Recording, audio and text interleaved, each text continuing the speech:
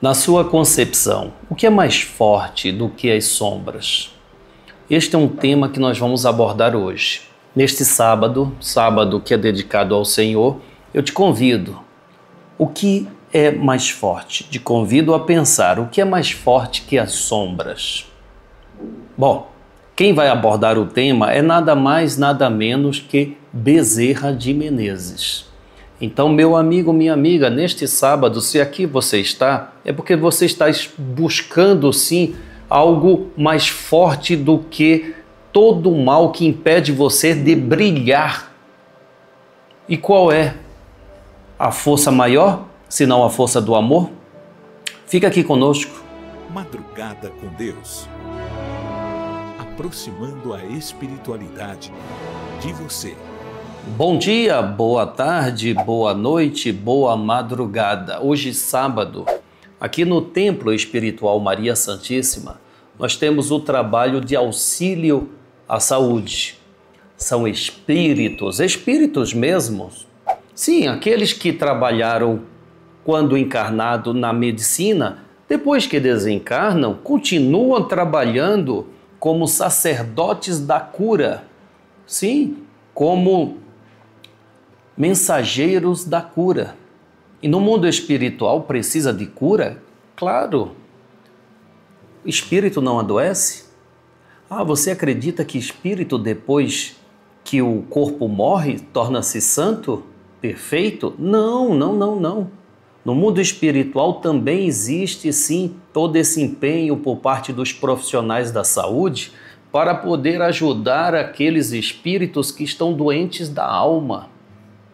Você sabe que há muito mais doença na alma do que no corpo?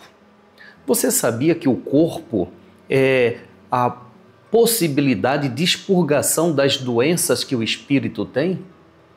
Por que acha que nós reencarnamos?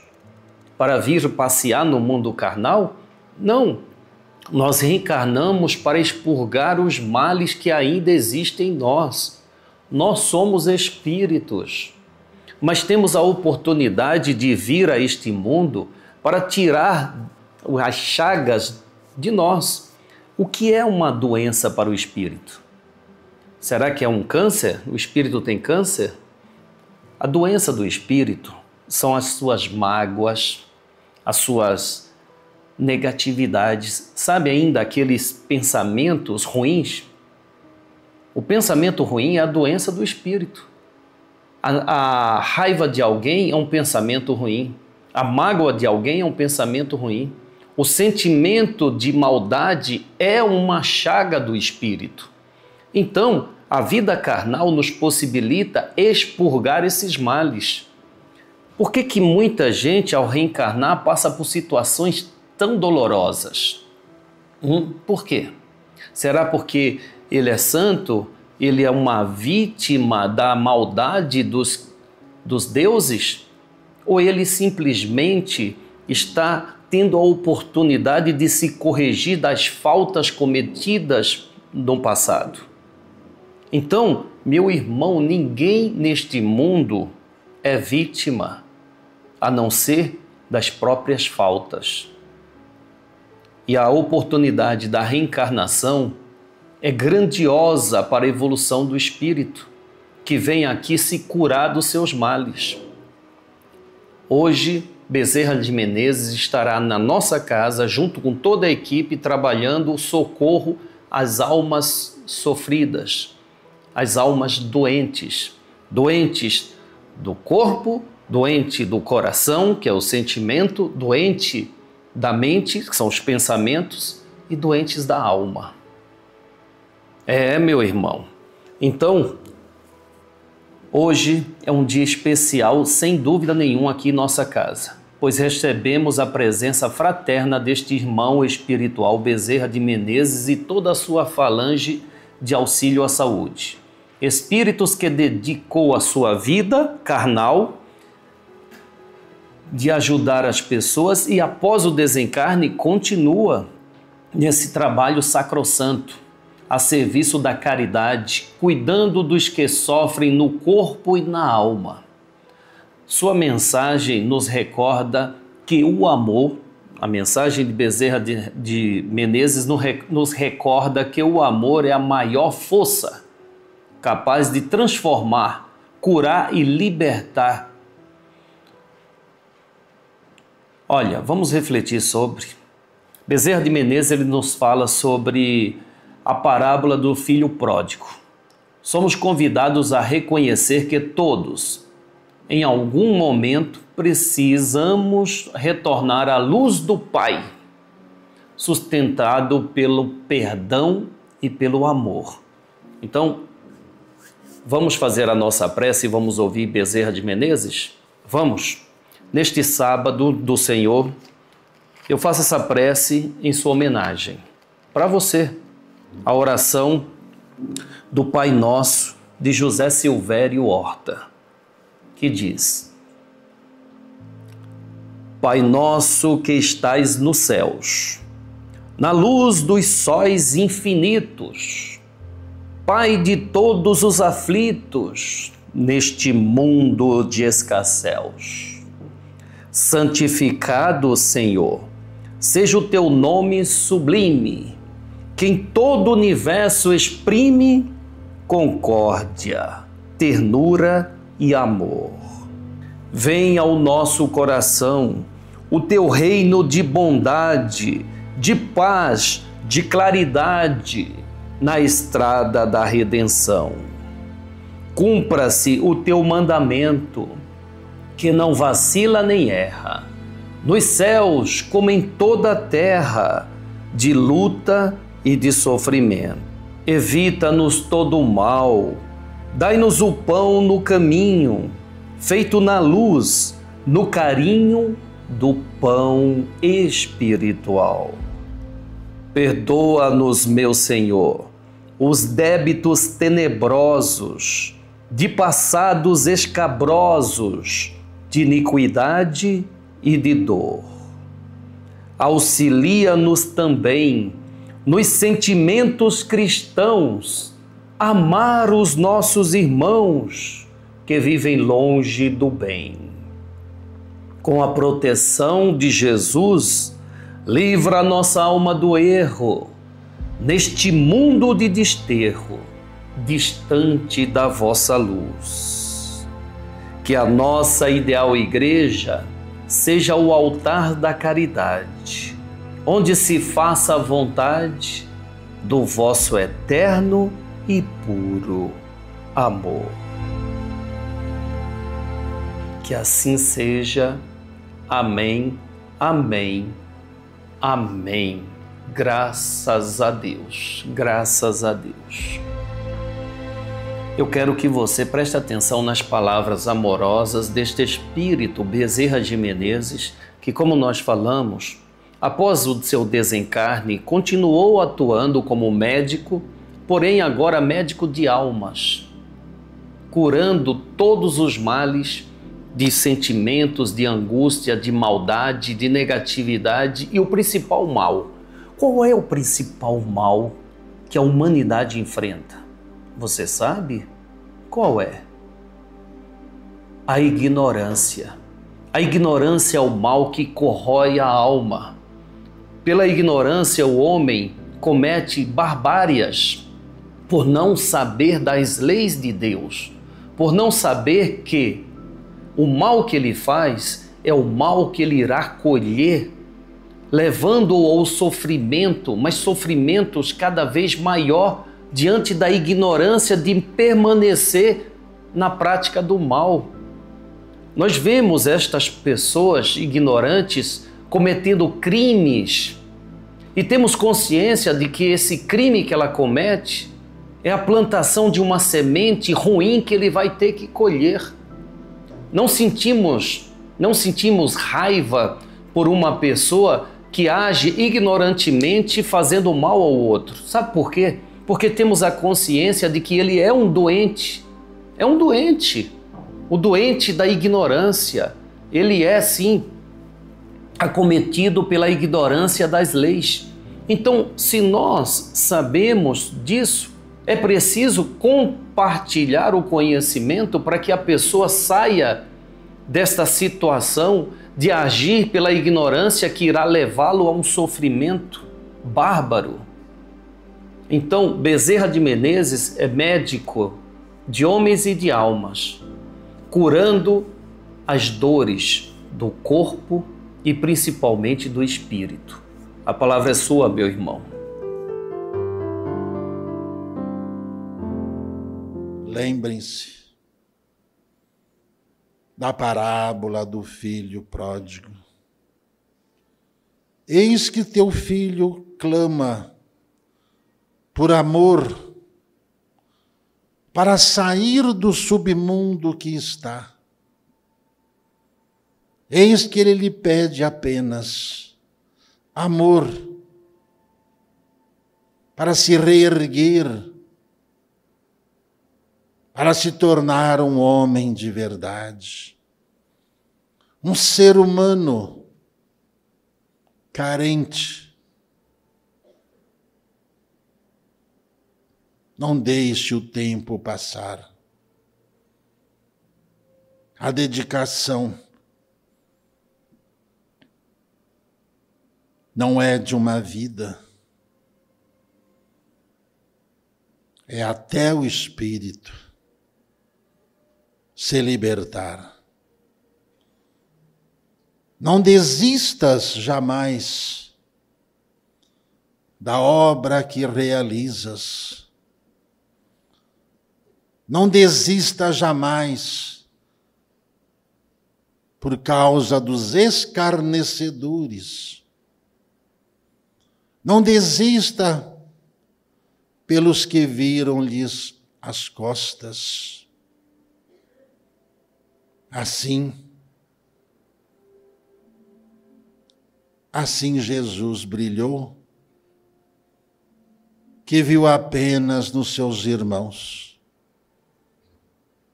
fraqueza, medo, mas eis que ele volta. Depois da crucificação, que os agigantam, às vezes, os pais não enxergam bem seus filhos, porque atarefados demais estão. Não se culpem pelo tempo perdido, mas se abasteçam pela força que tens agora. São batalhas diárias que somente o amor pode te ajudar a vencer. Aqueles que no infortúnio têm medo de receber amor. Saíram das catacumbas, saíram dos umbrais, não sabiam o que era solidariedade. Não se sentiam amados. Foram entregues a ti. Ame-os. Ame-os, pois esta é a sua hora, é a sua vida, é a sua missão. Amados irmãos, não se arrependam jamais de amar seus irmãos, de se dedicarem à caridade.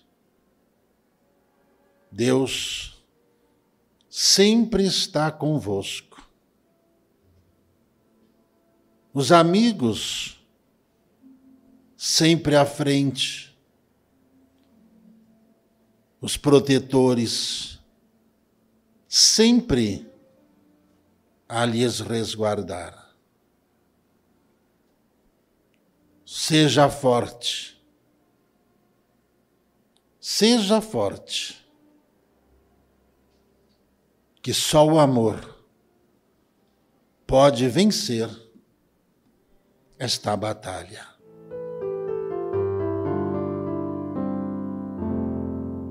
De fato, Deus sempre está conosco. Os amigos espirituais estão à frente. Os protetores estão guardando a nossa retaguarda para que não sejamos atingidos pelo mal. Mas se nós sintonizarmos o mal usando da nossa liberdade, esse mal atuará em nós, afetará nós. Então, se eu desejo o bem, eu não posso me sintonizar com o mal. Se eu desejo a cura, eu não posso agir contrário ao meu bem, não é mesmo? Se eu desejo a cura, eu tenho que ir na direção da cura, não na contramão da cura. Se eu desejo o amor, eu não posso agir contrário ao amor. Eu tenho que ir a favor do amor, não é mesmo? Por isso Jesus está sempre certo e na sua certeza ele diz: faça ao próximo aquilo que desejas para você. Então ele está nos chamando a sermos coerentes nas ações tomadas. Se eu quero o bem, eu não posso agir no mal. Não tem como, não é? Eu não posso enganar a verdade. A verdade, ela é eterna, porque ela é verdade. A verdade é que cada um vive conforme o mérito. E o que é o mérito, se não agir correspondentemente àquilo que quer viver? Não é mesmo? Eu não posso dizer que eu quero ter uma vida boa fazendo mal aos outros. Eu não posso dizer que acredito em Deus e na hora de uma situação concedida por esse Deus para o meu aprendizado, eu simplesmente me desespero. Então, eu estou sendo incoerente, não é mesmo? Agora, se eu digo eu acredito em Deus, tudo que a vida me conceder, permitido por Deus, é para o meu bem. Isso é coerência, não é? Ou não? Será que eu estou errado? Bom, para você tem a sua opinião, a minha é essa. Se eu acredito em Deus, Deus está presente. Deus está presente. Então, se Ele está presente, Ele está me acolhendo como um filho pródigo. Sabe a parábola do filho pródigo citado aí? Vou à busca dos prazeres carnais, levo porrada da vida e retorno ao acolhimento do Pai que me recebe e diz: agora, filho, você aprendeu que esse caminho não é bom? Vamos em busca do conhecimento da luz. E me aceita com muito amor e me dá o suporte que preciso. É assim que age Deus, é assim que age o amor. É assim que nós temos que agir com aqueles que, por ignorância, decidem ir por o caminho errado, mas quando acorda, nós temos que estar com os braços abertos dizendo: olha, tá bom, eu te acolho. Não querer dizer, eu te disse, eu te avisei, agora se ferre. Não, o amor não age assim. O amor, ele continua equilibrado dizendo: eu te amo, meu filho. Você faltou, mas eu não falto com o meu amor. Então venha cá. Não é mesmo? Bom, Livro dos Espíritos. Agora é um momento de estudo deste livro. A questão 642 tem esta pergunta: basta não fazer o mal para ser agradável a Deus e assegurar uma posição futura? Essa é a pergunta. Basta não fazer o mal para ser agradável a Deus e assegurar uma posição futura? Será? Será que é só isso, não fazer o mal? Vamos ver a resposta dada pela espiritualidade? Vamos? Não. É preciso fazer o bem no limite de nossas forças, pois cada um responderá por todo o mal que resultou de um bem que deixou de fazer. De novo, vou ler novamente. Não, é preciso fazer o bem no limite de nossas forças, pois cada um responderá por todo o mal que resultou do bem que deixou de fazer.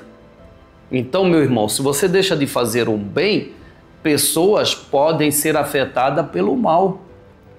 Se você deixou de ajudar alguém, essa pessoa pode ser assim. E você vai ser cobrado não por Deus, mas pela sua consciência em ver aquela pessoa lá no sofrimento e você pensar, poxa, eu tive a oportunidade de estender a mão para ela não cair neste buraco e não fiz. E aí a consciência vai te pegar de cheio. Meu irmão, então não podemos simplesmente assistir o mal agindo. É preciso sim fazer o bem para tirar o espaço do mal, ocupar o espaço que o mal hoje ocupa com a prática do bem. Senão, somos negligentes, não é mesmo? Somos negligentes. Paulo de Moraes. Está aí uma alma que faz o bem, né, Paulo? Contribuindo com o seu conhecimento para levar o bem do Evangelho de Jesus aos corações. Paulo, a palavra é sua. Estou aqui de volta para continuarmos o nosso estudo sobre a Bíblia Sagrada. Hoje, meus amigos, eu vou falar sobre Apolo. Não estou falando daquela série de naves espaciais que a NASA lançou ao espaço em busca de alcançar a Lua, tendo como destino a Lua, nosso satélite terrestre. Não estou falando dele, estou falando do Apolo que está na Bíblia. Você já conhece o Apolo? Ainda não? Então hoje eu vou apresentar a você esse nosso amigo da Bíblia Sagrada. Bom, começando com a significação do nome. Apolo significa destruidor. Interessante, né? Apolo significar destruidor. Esse Apolo da Bíblia foi um judeu da Alexandria, muito eloquente, instruído na fé cristã por Áquila e Priscila.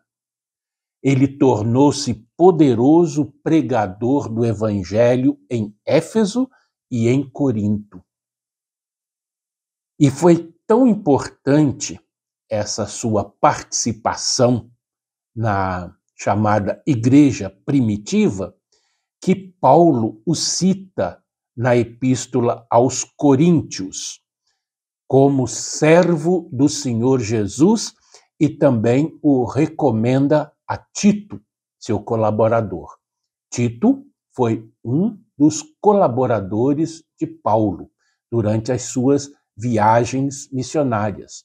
Ali nós tivemos Tito, tivemos o Barnabé, tivemos o Timóteo e o mais destacado de todos, Lucas, como colaboradores do apóstolo Paulo. Mas já que falamos nesses apóstolos, a palavra apóstolo, o que é que significa? Ou se refere a quê? Bom, apóstolo se refere a cada um dos 12 homens que Jesus escolheu para serem seus seguidores. Apóstolo quer dizer mensageiro, isto é, aquele que é mandado para anunciar a mensagem de Deus. Aquele que é mandado por Deus, né, para anunciar a sua mensagem. E por anunciarem o Evangelho, Paulo e alguns outros também foram chamados de apóstolos. Mas você se lembra que eu falei, quando falava do Apolo, falei em Áquila. Áquila. Sabe o que significa Áquila? Áquila significa águia. Essa é muito interessante também, né? E Áquila foi um cristão que fazia tendas e, junto com Priscila, sua esposa, cooperou com Paulo em Corinto e em outros lugares ajudou Apolo e muitos outros. Foi Áquila que, com sua esposa, encontraram Apolo e o levaram a Paulo. É uma passagem muito interessante da Bíblia, dos Atos dos Apóstolos. Paulo saúda Áquila em diversas de suas epístolas. Claro, né? Um colaborador assim tão eloquente, e Paulo também era eloquente, então eles se deram muito bem ali nos debates, nas conversas que tiveram a respeito da tarefa da mensagem do Cristo. Porque quando a gente conversa sobre as mensagens do Cristo, sobre o Evangelho do Cristo, mesmo que quando a gente está fazendo o papel de professor, como estou fazendo aqui, a gente aprende, porque a gente vai memorizando as coisas, as passagens, e então, se você quer realmente guardar as passagens da Bíblia, entendê-las profundamente, passe a divulgá-las, converse com os seus, comece a contar as histórias de Paulo, de Pedro, do próprio Jesus, de Maria, as pessoas que você conhece. Em vez de ficar falando da vida alheia, né? Falando mal, fazendo maledicência, fazendo fofoca. Faz isso. Fale da vida alheia, mas desses que fizeram um trabalho importante para a humanidade, que deixaram esse legado divino para todos nós. Vai espalhando essa mensagem e aí você vai aprendendo, porque cada vez que você fala sobre algo, a curiosidade aumenta e as dúvidas vão surgindo. Aí você vai pesquisar. Você vai pesquisar e pesquisando você aprende. Entenderam? Obrigado, Paulo de Moraes. Obrigado. Eu, em particular, aprendo muito com o compartilhamento do conhecimento desse amigo aqui no Madrugada com Deus. Obrigado, Paulo. Obrigado mesmo. Tem muitas coisas na Bíblia que, se não fosse o Paulo, para mim, não ia entender. Mas graças a esse amigo Paulo, a gente vai entendendo aos poucos esse livro sagrado. Não é, Paulo de Moraes? Muito obrigado. Muito obrigado também a você que compartilha o seu tempo conosco. Muito obrigado a você que se sente parte do Templo Maria Santíssima. Muito obrigado. Muito obrigado a você que arregaça as mangas e diz: eu vou fazer parte desse negócio aí, desse trabalho aí. Esse trabalho faz bem, então eu quero participar. E ajuda essa casa na manutenção dela. Obrigado mesmo, de coração. Obrigado a você que já aderiu à nossa campanha do Transformador. Obrigado pelos R$50,02. Muito obrigado mesmo.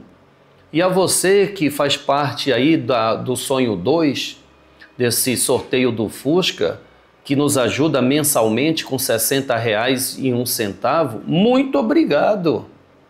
E obrigado a você que deu like. Obrigado a você que compartilha o vídeo. Que Deus te abençoe, meu irmão. Graças a você aqui nós estamos trabalhando pelo bem coletivo. Muito obrigado. Você sabe que agradecer é valorizar a vida. é valorizar tudo que a vida nos proporciona. Então, eu agradeço, não apenas nas palavras, mas na atitude de dar o meu melhor para te ajudar no que precisar, meu amigo. Não apenas nas palavras, mas na ação, não é? Palavras podem passar com o vento, mas a ação, ela registra na vida das pessoas. Bem, a mensagem de hoje nos lembra que a caridade é mais do que uma virtude. É um dever que nos aproxima de Deus. Não basta evitar o mal. É necessário praticar o bem com coragem e consistência, não é mesmo? Você concorda com isso? Cada gesto de amor e compaixão é um sentimento de luz que rompe as trevas e transforma a vida. Que possamos viver o Evangelho de Jesus em nossas atitudes diárias, lembrando sempre que o amor é a chave que liberta todos de qualquer escravidão. Obrigado, meu irmão. Daqui a pouco estaremos na transmissão ao vivo da mensagem de Bezerra de Menezes nesse sábado especial. Acompanhe o Templo Maria Santíssima a partir das 8 horas, transmissão ao vivo. E se você é assinante do Playtens, nós teremos uma transmissão às 15 horas com perguntas de todos os assuntos que você imaginar. Você pode fazer a sua pergunta diretamente à espiritualidade por intermédio do médium Gilberto Rissato. Então, assine o Playtens. O Playtens é esse canal aqui, ó.